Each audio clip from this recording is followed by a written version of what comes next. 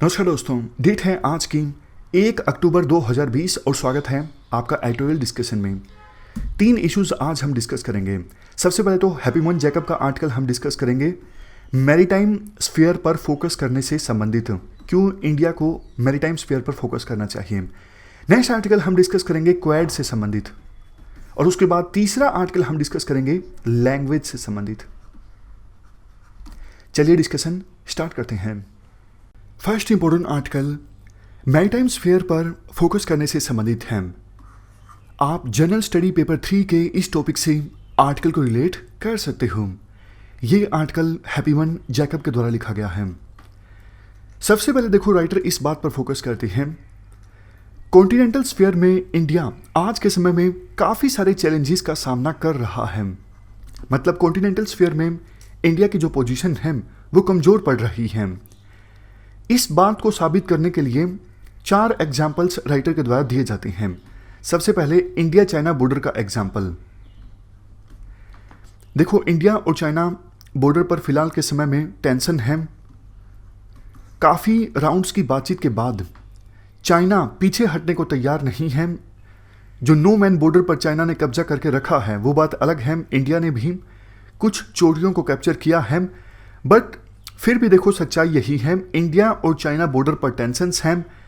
पहले शांति हुआ करती थी रिलेटिवली इंडिया चाइना बॉर्डर पर, बट अब इंडिया चाइना बॉर्डर पहले की तरह नहीं होने वाला है। इवन सर्दियों के सीजन में भी दोनों देशों की फोर्सेस बॉर्डर पर तैनात रहेंगी और डिप्लॉयमेंट काफ़ी ज़्यादा है। 1962 वार के बाद से डिप्लॉयमेंट जो है अभी तक का सबसे ज़्यादा है बॉर्डर पर। डिप्लॉयमेंट मतलब जितनी फोर्सेस अभी तैनात हैं दोनों देशों की बॉर्डर पर, इतनी फोर्सेस तो देखो 1962 वार में तैनात थी, उसके बाद कभी भी तैनात नहीं थी। दूसरा एग्जांपल राइटर देते हैं इंडिया पाकिस्तान बॉर्डर का। नॉर्थ वेस्टर्न बॉर्डर पर पाकिस्तान एग्रेसिव है। वैसे तो देखो पाकिस्तान और इंडिया बॉर्डर पर टेंशन्स रहती हैं, सीज फायर का वायलेशन भी होता रहता है, लेकिन पिछले 1 साल में जब से special status Jammu and Kashmir का रिवोक किया गया है तब से सीज फायर का वायलेशन ज़्यादा हो रहा है। और इवन कश्मीर इशू को भी पाकिस्तान काफ़ी ज़ोर शोर से उठाने की कोशिश कर रहा है। तो मतलब ना सिर्फ नॉर्थ ईस्टर्न बॉर्डर पर बल्कि नॉर्थ वेस्टर्न बॉर्डर पर भी टेंशन्स हैं। इसके बाद बात करें अफगानिस्तान की। तीसरा एग्जाम्पल अफगानिस्तान का है। अफगानिस्तान में देखो तालिबान का जो इन्फ्लुएंस है वो बढ़ता जा रहा है। यूएसए अफगानिस्तान को छोड़ के जाने वाला है। यूएसए अगर अफगानिस्तान को छोड़ के जाता है तो हमारा एक इम्पोर्टेंट एलाय अफगानिस्तान से चला जाएगा। मतलब इंडिया को इससे नुकसान होगा। फ़ायदा किसको होगा? फ़ायदा होगा पाकिस्तान को, फ़ायदा होगा चाइना को, फ़ायदा होगा रशिया को। इन देशों के जो इंटरेस्ट हैं वो फिलहाल के समय में कन्वर्ज होते हैं अफगानिस्तान में। तो मतलब अफगानिस्तान में भी इंडिया का जो इन्फ्लुएंस है वो कम होने वाला है। तालिबान अगर सत्ता पर काबिज हो जाता है, तालिबान के साथ हमारा कॉन्टैक्ट काफ़ी कम है, वो बात अलग है। दोहा राउंड ऑफ टॉक्स अभी जो हुआ, हमारे विदेश मंत्री ने इसको संबोधित किया, तो तालिबान के साथ हमें कम्युनिकेशन इस्टेब्लिश करना चाहिए, ऐसी वकालत काफ़ी एक्सपर्ट्स करते आए हैं। बट फिलहाल के समय में हमारा ज़्यादा कॉन्टैक्ट तालिबान के साथ है नहीं, जबकि पाकिस्तान के इशारों पर काम करता है तालिबान। इसलिए अफगानिस्तान में हमारा इन्फ्लुएंस कम होगा अगर यूएसए छोड़ के जाता है अफगानिस्तान को। इवन आप ईरान का एग्जांपल ले लीजिए। यूएसए के साथ अच्छे रिलेशंस का खामियाजा हमें भुगतना पड़ा है ईरान के साथ अच्छे रिलेशंस मेंटेन करने में, क्योंकि देखो यूएसए और ईरान के बीच टेंशन्स रहती हैं तो बैलेंस इस्टेब्लिश करने में दिक्कत आती है। एक ही समय में हम दोनों देशों के साथ अच्छे रिलेशंस नहीं मेंटेन कर पाए। यूएसए के कहने पर हमने ईरान से ऑयल के इंपोर्ट को कम किया, इससे ईरान चिढ़ गया। और हाल ही में ऐसी खबरें आई कि एक इम्पोर्टेंट रेल प्रोजेक्ट जो है ईरान ने अब इंडिया से वापस ले लिया है। हालांकि बाद में क्लैरिफाई किया गया कि वो प्रोजेक्ट कभी इंडिया को दिया ही नहीं गया था, सिर्फ बातचीत हुई थी। बट फिर भी इतना ज़रूर है कि ईरान के साथ रिलेशंस पहले के अपेक्षा कर थोड़े कमज़ोर हुए हैं। तो इन 4 एग्जाम्पल्स की सहायता से राइटर ये बताना चाहते हैं कि कॉन्टिनेंटल स्फीयर में इंडिया की जो पोजीशन है कमज़ोर हुई है। इसका सॉल्यूशन भी राइटर देते हैं। इसका सॉल्यूशन राइटर ये देते हैं कि हमें मैरीटाइम डोमेन पे फोकस करना चाहिए। मैरीटाइम डोमेन मतलब मैरीटाइम सीज पर। राइटर कहते हैं अगर देखो इंडो पैसिफिक रीजन को आप कंसिडर करोगे तो इंडिया की जो पोजीशन है काफ़ी ज़्यादा स्ट्रोंग है, मतलब ज्योग्राफिकल लोकेशन इंडिया की काफ़ी स्ट्रोंग है। इंडियन ओशन से बहुत से ट्रेड शिप्स होके गुजरते हैं, तो इंपॉर्टेंट कम्युनिकेशन सी लेन्स के पास है इंडिया की ज्योग्राफिकल लोकेशन। इसके बाद राइटर ये बोलते हैं देखो आज़ादी के बाद से ही इंडिया ने ज़्यादा फोकस किया है कॉन्टिनेंटल स्फीयर पर। उसका रीज़न भी है क्योंकि जैसे ही देश आज़ाद हुआ 1948 में पाकिस्तान के साथ युद्ध स्टार्ट हो गया।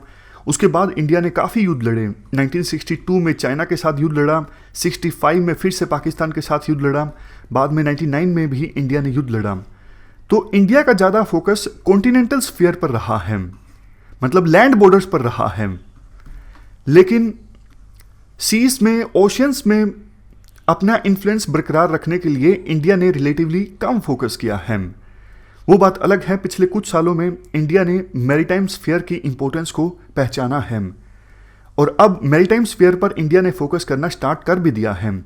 जैसे देखो अप्रैल 2019 में मिनिस्ट्री ऑफ एक्सटर्नल अफेयर्स के द्वारा एक नई डिवीजन बनाई गई इंडो पैसिफिक इश्यू को डील करने के लिए। राइटर काफ़ी सारे आर्गुमेंट्स देते हैं ये कहते हुए क्यों इंडिया को मैरीटाइम स्फीयर पर ज़्यादा फोकस करना चाहिए। राइटर कहते हैं देखो मैरीटाइम स्फीयर पर अगर इंडिया के द्वारा फोकस किया जाता है तो इंडिया के पास ज़्यादा ऑप्शंस हैं कोलिशन बनाने के। जैसे देखो क्वाड ग्रुप में 4 देश एक साथ आए चाइना को कंटेन करने के लिए, तो यहां पर इंडिया ज़्यादा कोलिशन बना सकता है क्योंकि इंडिया के जो इंटरेस्ट हैं वो बाकी देशों के साथ भी कन्वर्ज होते हैं। सीधा सीधा राइटर ये बोलना चाहते हैं देखो अगर इंडिया पाकिस्तान बॉर्डर पर टेंशंस हैं, इंडिया चाइना बॉर्डर पर टेंशंस हैं, तो यूएसए और दूसरे यूरोपियन कंट्रीज को ज़्यादा फर्क पड़ता नहीं है। बट मैरीटाइम स्फीयर में अगर इंडिया कोऑपरेशन करने के लिए आगे आता है तो ज़्यादा इच्छुक हैं यूरोपियन कंट्रीज, इसीलिए क्वाड का निर्माण हुआ। क्योंकि हमेशा से यूरोपियन कंट्रीज का और यूएसए का मैरीटाइम स्फीयर पर ज़्यादा फोकस रहा है। उनको ये लगता है असली जो खेल खेला जाएगा वो मैरीटाइम स्फीयर पर खेला जाएगा, इसलिए लैंड बॉर्डर्स के बजाय, क्योंकि देखो यूएसए का तो चाइना के साथ बॉर्डर लगता नहीं है लैंड बॉर्डर, ना ही यूरोपियन कंट्रीज का चाइना के साथ लैंड बॉर्डर लगता है। बट यूरोपियन कंट्रीज को यह जरूर पता है कि 21वीं शताब्दी में देखो जो ओशंस में डोमिनेट करेगा वही सुपर पावर बनेगा। अभी यूएसए का बहुत दबदबा है, यूएसए के बेसिस हैं दुनिया भर में, मिलिट्री बेसिस की हम बात कर रहे हैं। तो चाइना धीरे धीरे ओशंस में अपना इन्फ्लुएंस इंक्रीज करने की कोशिश कर रहा है। इस संदर्भ में चाइना की एक पॉलिसी भी है, blue water policy. Even Indian ocean में चाइना की जो गतिविधियां हैं वो बढ़ती जा रही हैं।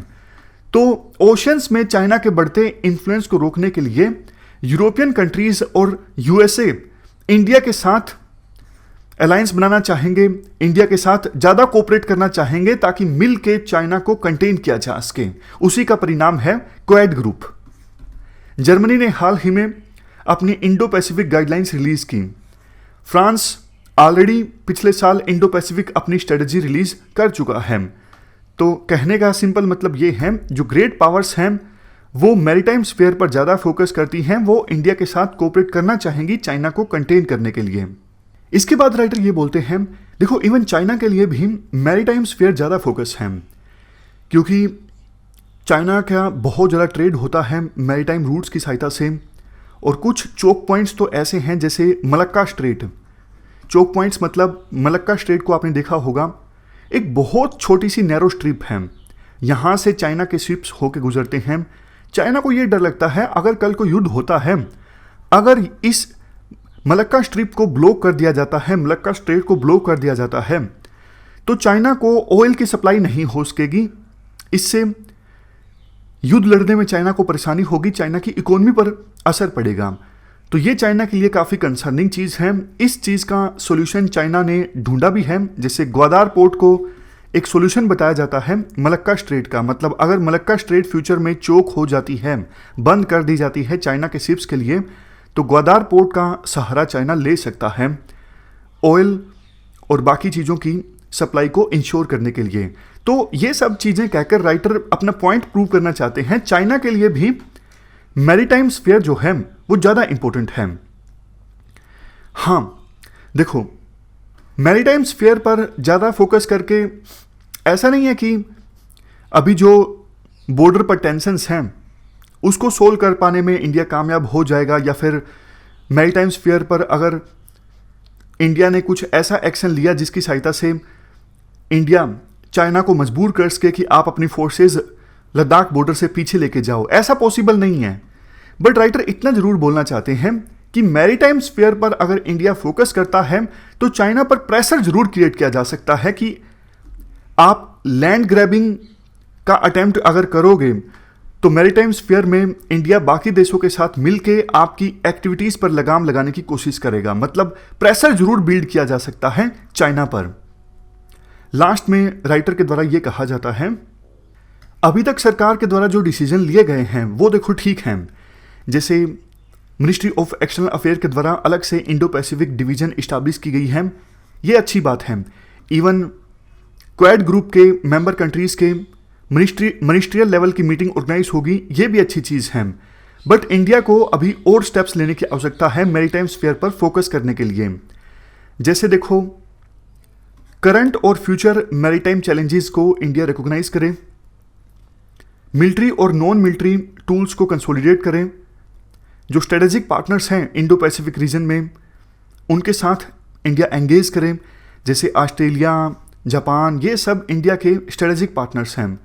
Next point, Indo Pacific region पर इंडिया एक कॉम्प्रिहेंसिव विजन डॉक्यूमेंट पब्लिश करे कि इंडो पैसिफिक रीजन को लेके इंडिया का विजन क्या है। जैसा डॉक्यूमेंट फ्रांस के द्वारा पब्लिश किया गया है, जर्मनी के द्वारा पब्लिश किया गया है, वैसा ही डॉक्यूमेंट इंडिया भी पब्लिश करे। नेक्स्ट देखो, मिनिस्ट्री ऑफ एक्सटर्नल अफेयर के द्वारा एक डॉक्यूमेंट पब्लिश किया गया है, इंडो पैसिफिक डिवीजन ब्रीफ्स। जो डिवीजन बनाई गई थी उसी डिवीजन ने ये डॉक्यूमेंट पब्लिश किया। ये डॉक्यूमेंट जो है ज़्यादा कॉम्प्रिहेंसिव नहीं है, मतलब इससे काम नहीं चलने वाला है। तो कॉम्प्रिहेंसिव विजन डॉक्यूमेंट एक पब्लिश करे ministry of external affair Indo Pacific region को लेके। सबसे लास्ट में राइटर ये भी बोलते हैं, इंडो पैसिफिक अफेयर्स को टैकल करने के लिए एक स्पेशल एनवॉय अपॉइंट किया जा सकता है मिनिस्ट्री ऑफ एक्सटर्नल अफेयर्स के द्वारा। तो ये सारे सजेशंस आप लिख सकते हो कैसे इंडिया मैरीटाइम स्फीयर पर ज़्यादा फोकस कर सकता है। चलते हैं आगे। नेक्स्ट आर्टिकल क्वाड से संबंधित है। आप जनरल स्टडी पेपर 2 के इस टॉपिक से आर्टिकल को रिलेट कर सकते हो। ये आर्टिकल लिखा गया है विजय गोखले के द्वारा। विजय गोखले पहले फॉरेन सेक्रेटरी थे, अब रिटायर हो चुके हैं। क्या कंटेस्ट है? क्वाड ग्रुप जिसमें 4 मेंबर कंट्रीज हैं, India, Japan, Australia, USA. Quad की सेकंड मिनिस्ट्रियल मीटिंग ऑर्गेनाइज होगी, कहाँ पर? जापान में। राइटर कहते हैं शिंजो आबे, जापान के पूर्व प्रधानमंत्री जिन्होंने क्वाड के आइडिया को कंसीव किया था, मतलब इनिशिएटिव लिया था क्वाड को इस्टेब्लिश करने में, शिंजो आबे ने सोचा था कि इस प्रकार का ग्रुप इस्टेब्लिश किया जाए। वो अब जापान के प्रधानमंत्री नहीं हैं, क्योंकि सेहत के चलते उन्होंने जापान के प्रधानमंत्री पद से इस्तीफा दे दिया है। इसके बाद राइटर बताते हैं कि कैसे क्वाड ग्रुप जो है वो इवोल्व हुआ। 2007 में क्वाड का जो आइडिया है वो निकल के आया, बट देखो उस समय इस ग्रुप को इवन मेंबर कंट्रीज ने भी ज़्यादा सीरियस लिया नहीं। क्यों? उसका रीज़न ये है, उस समय ना तो देखो फाइनेंशियल क्राइसिस आए थे 2008 के, और उस समय यूएसए काफ़ी ज़्यादा स्ट्रोंग था। चाइना इतनी बड़ी पावर उस समय नहीं था। यूएसए को लगता था कि हाँ, चाइना दिक्कत तो क्रिएट थोड़ी बहुत कर रहा है, लेकिन चाइना को समझा लिया जाएगा काफ़ी सारे इश्यूज़ पर यूएसए का साथ देने के लिए, जैसे नॉर्थ कोरिया इशू पर, अफगानिस्तान इशू पर, सीरिया इशू पर। यहाँ पर देखो इन सब इश्यूज़ पर चाइना को समझा दिया जाएगा कि आप यूएसए का साथ दीजिए। यूएसए ही उस समय एकमात्र सबसे बड़ी पावर था, सुपर पावर था। इवन जापान, ऑस्ट्रेलिया, ये देश भी चाइना के साथ ट्रेड कर रहे थे। इतना ज़्यादा डर नहीं था चाइना का इन देशों को, और इंडिया भी एम्बिवेलेंट था, क्योंकि बॉर्डर पर रिलेटिवली पीस थी। तो इंडिया को यूं लगता था कि शायद क्या पता बॉर्डर डिस्प्यूट जो है वो सोल्व कर लिया जाए। तो इन रीजंस के चलते क्वाड ग्रुप को इतना ज़्यादा सीरियस नहीं लिया गया मेंबर कंट्रीज के द्वारा। बट देखो, उस समय भी चाइना ने क्वाड ग्रुप के आइडिया का विरोध किया था। चाइना ने उस समय कहा था, जैसे देखो नाटो का निर्माण किया गया था यूएसएसआर को कंटेन करने के लिए, उसी प्रकार से ये जो ग्रुप है क्वाड, ये एशियन वर्जन है नाटो का, और इसका मकसद ये है कि चाइना को कंटेन किया जाए। उस समय भी कुछ एक्सपर्ट्स ने हैरानी जताई थी कि क्वाड ग्रुप पर इतना ज़्यादा फोकस तो किया नहीं जा रहा है मेंबर कंट्रीज के द्वारा, क्वाड ग्रुप इतना एक्टिव भी नहीं है, फिर चाइना के द्वारा क्यों विरोध किया जा रहा है इतना ज़्यादा क्वाड ग्रुप का। मतलब रिएक्शन जो है काफ़ी ज़्यादा हाइपर था चाइना का क्वाड के अगेंस्ट। इसका जवाब देखो ये है, उस समय चाइना को ये लगता था कि हम मैरीटाइम डोमेन में एक्सपेंड करते जाते हैं। मैरीटाइम डोमेन में एक्सपेंड करने का मतलब ये है, जैसे यूएसए ने बहुत सारे अपने मिलिट्री बेसिस इस्टाब्लिश किए हुए हैं, वैसे ही हम भी मिलिट्री बेस इस्टाब्लिश कर लेते हैं अलग अलग जगह पे। जैसे जिबूती में चाइना ने अपना मिलिट्री बेस इस्टाब्लिश कर लिया है। चाइना ये भी चाहता था कि हम ओशियंस में हमारी जो एक्टिविटीज़ हैं उनको इंक्रीज करते जाते हैं और पता नहीं लगेगा किसी को भी, धीरे धीरे हम ऐसा करेंगे। बट चाइना को लगा कि क्वाड ग्रुप का निर्माण जो हुआ है इससे हम मैरीटाइम डोमेन में एक्सपेंड नहीं कर सकेंगे। इसी वजह से चाइना का जो रिएक्शन था क्वाड ग्रुप के इस्टाब्लिश होने को लेकर काफ़ी ज़्यादा हाइपर था। चाइना ने इसका फायदा भी उठाया। मतलब राइटर कहते हैं क्वाड ग्रुप ज़्यादा एक्टिव नहीं था 2007 से लेके इवन 2019 तक।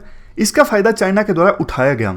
साउथ चाइना सी में कई सारे आर्टिफिशियल आइलैंड्स चाइना के द्वारा बनाए गए।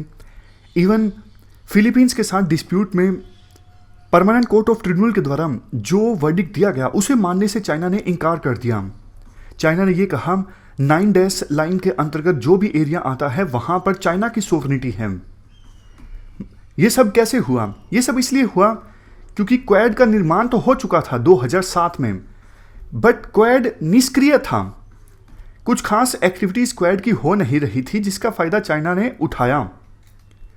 और चाइना देखो एक चीज में काफी ज्यादा स्किल्ड है, अपना नैरेटिव इस्टेब्लिश करने में।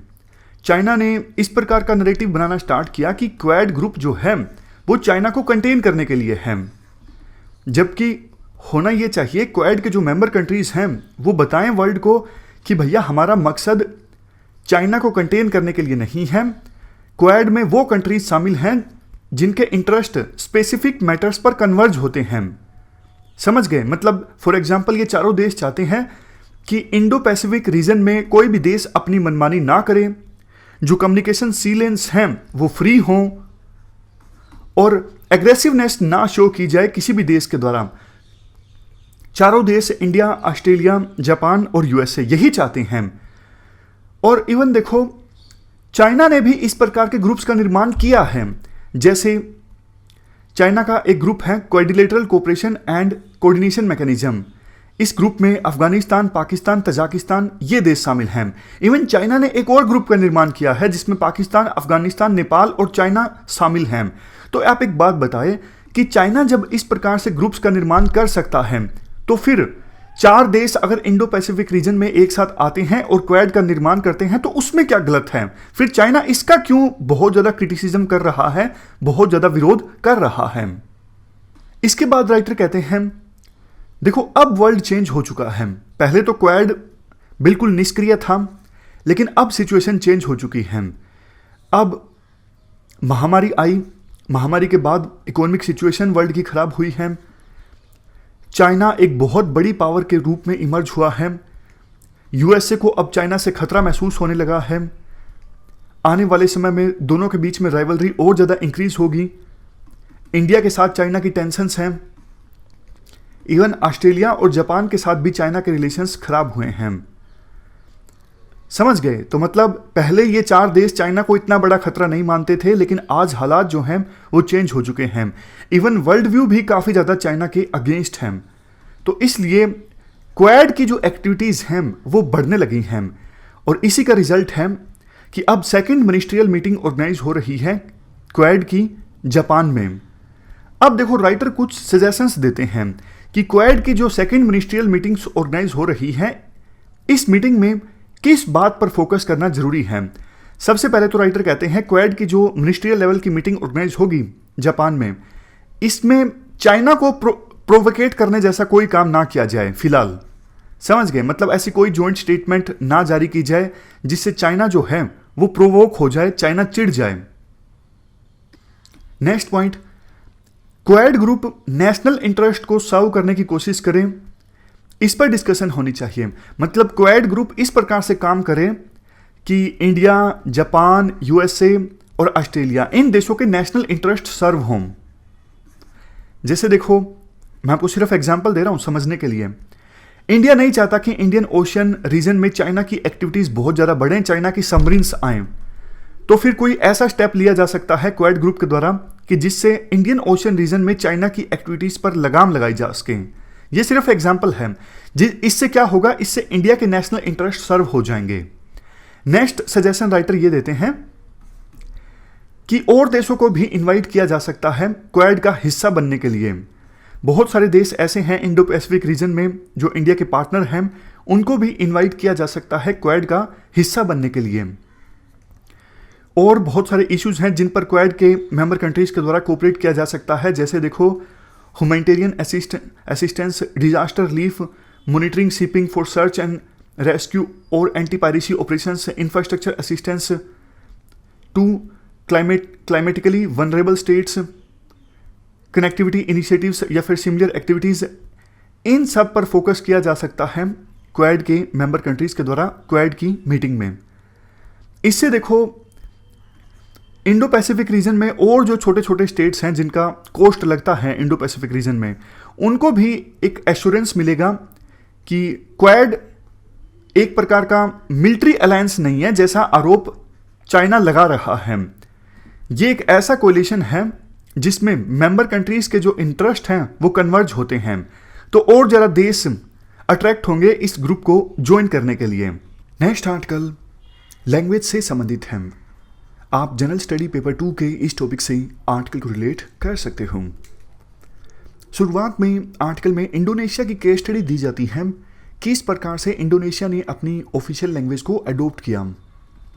जैसे देखो, ब्रिटिशर्स से इंडिया आज़ाद हुआ था, उसी प्रकार से नीदरलैंड से आज़ाद हुआ इंडोनेशिया। तो उस समय इंडोनेशिया के नेशनलिस्ट ने यह डिसाइड किया कि हम माले लैंग्वेज के रिफॉर्म्ड वर्जन को इंडोनेशिया की ऑफिशियल लैंग्वेज बनाएंगे। क्यों? क्योंकि देखो, माले लैंग्वेज जिसका नाम बहासा इंडोनेशिया भी है, इसका काफ़ी ज़्यादा इस्तेमाल होता था ट्रेड और दूसरे पर्पजेज़ के लिए। वैसे तो इंडोनेशिया, मलेशिया, सिंगापुर, इन देशों में हजारों आइलैंड्स हैं छोटे छोटे, जैसा आपको पता है, और इन हजारों आइलैंड्स में सैकड़ों लैंग्वेज बोली जाती हैं। बट इंडोनेशिया के द्वारा अपनाई गई कौन सी लैंग्वेज? बहासा इंडोनेशिया, जो कि माले लैंग्वेज का रिफॉर्म्ड वर्जन है। इस लैंग्वेज को अपनाने का एक रीज़न ये भी था, ये लैंग्वेज ग्रामेटिकली सिंपल है, नॉन हायरार्किकल है, आसानी से सीखी जा सकती है एज कंपेरिजन टू दूसरी लैंग्वेजेस। तो धीरे धीरे माले जो लैंग्वेज हैं ये इंडोनेशिया की एक्सेप्टेड लैंग्वेज बन गई कम्युनिकेशन के लिए। आर्टिकल में कहा जाता है, देखो, इंडोनेशिया इस बात से भली भांति से परिचित था कि एक लैंग्वेज को इम्पोज नहीं करना है बाकी लोगों के ऊपर। इस बात को रिकॉग्नाइज किया गया इंडोनेशिया की सरकार के द्वारा कि लैंग्वेज संबंधित इनइक्वालिटी नहीं आनी चाहिए, अदरवाइज तो कुछ एथनिक ग्रुप्स को ये लगेगा हमारी जो आवाज़ है, हमारा जो कल्चर है, उसे दबाया जा रहा है। इसके ठीक विपरीत हमारे देश ने लैंग्वेज संबंधित इशू कैसे हैंडल किया आज़ादी के बाद। देखो, उस समय डिबेट स्टार्ट हो गई थी कॉन्स्टिट्यूट असेंबली में कि कौन सी लैंग्वेज को ऑफिशियल लैंग्वेज बनाया जाए। एक तरफ कुछ लोग ऐसे थे जो हिंदी लैंग्वेज को ऑफिशियल लैंग्वेज बनाने पर फोकस कर रहे थे। उन्होंने तो ऐसी ऐसी स्टेटमेंट्स भी दे दी कि जिसको यहाँ पे हिंदी नहीं आती उसको कॉन्स्टिट्यूट असेंबली में होने का अधिकार नहीं है। उस समय मतलब ज़्यादा फोकस हिंदुस्तानी पे था। देखो, थोड़ा सा मैं बेसिक आपको बताता हूँ हिंदुस्तानी लैंग्वेज के बारे में। हिंदुस्तानी लैंग्वेज पूरे इंडिया पाकिस्तान रीजन में बोली जाती थी। अगर हिंदुस्तानी लैंग्वेज में ज़्यादा वर्ड्स अरेबियन वर्ड्स या फिर पर्शियन वर्ड्स ज़्यादा इस्तेमाल होते तो उसे उर्दू कह दिया जाता, और अगर हिंदुस्तानी लैंग्वेज में ज़्यादा वर्ड संस्कृत या फिर प्राकृत लैंग्वेज के ज़्यादा इस्तेमाल होते तो इसे कह दिया जाता हिंदी। समझ गए? शायद नहीं समझे, मैं फिर से एक बार बता देता हूं। आज़ादी से पहले इंडिया पाकिस्तान रीजन में यानी इंडियन सब कॉन्टिनेंट में हिंदुस्तानी लैंग्वेज बोली जाती थी। अगर देखो हिंदुस्तानी लैंग्वेज में ज़्यादा वर्ड्स अरबी के या फिर पर्शियन के ज़्यादा इस्तेमाल होते तो कह दिया जाता ये हिंदुस्तानी लैंग्वेज जो है वो उर्दू लैंग्वेज है। और अगर हिंदुस्तानी लैंग्वेज में ज़्यादा वर्ड्स संस्कृत के या फिर प्राकृत लैंग्वेज के ज़्यादा इस्तेमाल होते तो बोल दिया जाता ये हिंदी लैंग्वेज है। तो हुआ क्या, मुस्लिम लीग के द्वारा उर्दू लैंग्वेज को ज़्यादा प्रायोरिटी दी जाने लगी। पाकिस्तान ने उर्दू लैंग्वेज को अपनी ऑफिशियल लैंग्वेज बना लिया आज़ादी के बाद। तो हमारे देश में जो नेशनलिस्ट थे वो भी ये बोलने लगे हिंदुस्तानी के बजाय हिंदी लैंग्वेज को हमारे देश में ऑफिशियल लैंग्वेज बनाया जाए। इसी वजह से आज़ादी के बाद हिंदी लैंग्वेज को ऑफिशियल लैंग्वेज बनाने को लेके काफ़ी ग्रुप्स एक्टिव हो गए थे। बट इसके विरोध में भी आवाज़ें उठने लगी। कंस्टिट्यूट असेंबली में कई लीडर्स, खास करके साउथ इंडिया के लीडर्स ऐसे थे जो ये बोलते थे कि ये क्या बात हुई भैया, अगर इस प्रकार से सेंट्रल गवर्नमेंट अपनी नीतियों को इम्पोज करेगा स्टेट्स के ऊपर तो फिर हम तो स्लेव के स्लेव ही रह गए ना। इवन कुछ लोगों ने ये भी बोला कि भैया हमारी उम्र अब नहीं है हिंदी लैंग्वेज को सीखने की, तो आप हिंदी को इम्पोज नहीं कर सकते हमारे ऊपर। तो लैंग्वेज इशू धीरे धीरे काफ़ी ज़्यादा इमोशनल इशू इमर्ज होकर आया। इवन तमिलनाडु में राइट्स भी हुए, यानी दंगे हुए हिंदी लैंग्वेज को ऑफिशियल लैंग्वेज बनाने के खिलाफ। तो 1963 में एक एक्ट आया था, ऑफिशियल लैंग्वेज एक्ट 1963। इसमें डिसाइड किया गया कि सभी ऑफिशियल पर्पजेस के लिए इंग्लिश को भी यूज किया जाएगा। पहले तो यूं बोला गया था कि इंग्लिश को फेस आउट कर दिया जाएगा, लेकिन 1963 में बोला गया, 1963 के इस एक्ट में बोला गया कि सभी ऑफिशियल पर्पजेस के लिए इंग्लिश का इस्तेमाल भी होता रहेगा। 1965 के बाद हिंदी सोल वर्किंग लैंग्वेज बन गई यूनियन गवर्नमेंट की काम करने के लिए।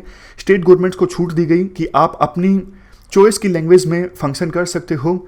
और संविधान में एक जो रिस्पॉन्सिबिलिटी दी गई है, मतलब बोला गया है संविधान में कि सेंट्रल गवर्नमेंट का ये कर्तव्य है कि हिंदी को स्प्रेड किया जाए। ये आज भी कर्तव्य है सेंट्रल गवर्नमेंट का और इसके लिए सेंट्रल गवर्नमेंट काम करती रहती है। एक हिंदी प्रचार समिति भी है। बाद में देखो क्या हुआ, हिंदी का प्रचार अपने आप होता गया, मतलब हिंदी बोलने वालों की जो संख्या है वो बढ़ती गई। इसके कई सारे रीजन्स हैं, लेकिन जैसे एक रीजन का मैं आपको एग्जांपल दूं। अब जैसे तमिलनाडु है, तमिलनाडु में बहुत से लोग गए नॉर्थ इंडिया से काम करने के लिए। तो तमिलनाडु के जो लोग हैं वो माइग्रेंट वर्कर्स से बात करने के लिए उन्होंने टूटी फूटी हिंदी लैंग्वेज सीखी। तो हुआ ये, हिंदी लैंग्वेज को बोलने वालों की जो संख्या है काफ़ी तेज़ी से बढ़ रही है एज कंपेरिजन टू दूसरी लैंग्वेजेस को बोलने वालों की संख्या। 2001 के सेंसस के अनुसार हमारे देश में 30 लैंग्वेजेस ऐसी हैं जो 10 लाख से ज़्यादा लोगों के द्वारा बोली जाती हैं, जिनमें से 22 लैंग्वेजेस को 8वें शेड्यूल में स्थान दिया गया है। लेकिन कई लैंग्वेजेस ऐसी हैं जिनको 8वें शेड्यूल में स्थान नहीं दिया गया है, जैसे तुलु लैंग्वेज है। तुलु लैंग्वेज देखो 18 लाख लोगों के द्वारा बोली जाती है और बहुत पुरानी है, 14वीं-15वीं सेंचुरी पुरानी है तुलु लैंग्वेज। जबकि हिंदी लैंग्वेज तो इतनी पुरानी भी नहीं है, हिंदी लैंग्वेज तो आज़ादी से पहले की है, मतलब रिसेंट पास्ट क्या बोल सकते हो। बल्कि जैसा हमने शुरुआत में डिस्कस किया, हिंदुस्तानी लैंग्वेज का संस्कृताइज्ड वर्जन है हिंदी लैंग्वेज। फिर से बोलता हूं, हिंदुस्तानी लैंग्वेज में ज़्यादा वर्ड्स संस्कृत या फिर प्राकृत लैंग्वेज के इस्तेमाल किए जाते हैं, तो वो है हिंदी लैंग्वेज। और देखो, जो हिंदी आज के समय में प्रचलन में है, मतलब जिसे बोला जाता है ये रियल हिंदी है, ये तो दिल्ली और आसपास के रीजन्स की हिंदी थी। जबकि हिंदी की और बहुत सारी डायलेक्ट्स हैं, जैसे अवधी, मैथिली, ब्रज भाषा, इनको इग्नोर किया जा रहा है। तो राइटर ये कहना चाहते हैं कि देखो, एक लैंग्वेज को इम्पोज करके कोई फ़ायदा नहीं होने वाला है। लैंग्वेज की डाइवर्सिटी होना बहुत ज़्यादा ज़रूरी है। ये हमारे कल्चर से इनका संबंध है, हमारे कल्चर को हमें सहेज के रखने की आवश्यकता है। तो इसके बजाय कि एक नेशनल लैंग्वेज पे हम फोकस करें, क्यों नहीं मदर टंग लैंग्वेज के अलावा भी दूसरी लैंग्वेजेस को सिखाने पर फोकस किया जाए। इससे दूसरे लोगों के जीने का जो तौर तरीका है वो भी बाकी लोगों को सीखने को मिलेगा। जैसे देखो, तमिल लैंग्वेज अगर हम सीखते हैं तो तमिल लोगों के रहन सहन के बारे में हमें पता लगेगा। कन्नड़ अगर सीखते हैं तो कर्नाटक के लोगों के रहन सहन के बारे में हमें पता लगेगा। तो देश के कल्चर के बारे में हमें पता लगेगा और इससे एकजुटता आएगी, यूनिटी और ज़्यादा इमर्ज होकर आएगी, यूनिटी टूटेगी नहीं, ऐसा राइटर बोलना चाहते हैं। तो ये हमने पूरा आर्टिकल डिस्कस किया लैंग्वेज से संबंधित। हमारी आज की इस डिस्कशन में इतना ही है। आज हमने 3 इश्यूज डिस्कस किए। Thank you very much for discussion.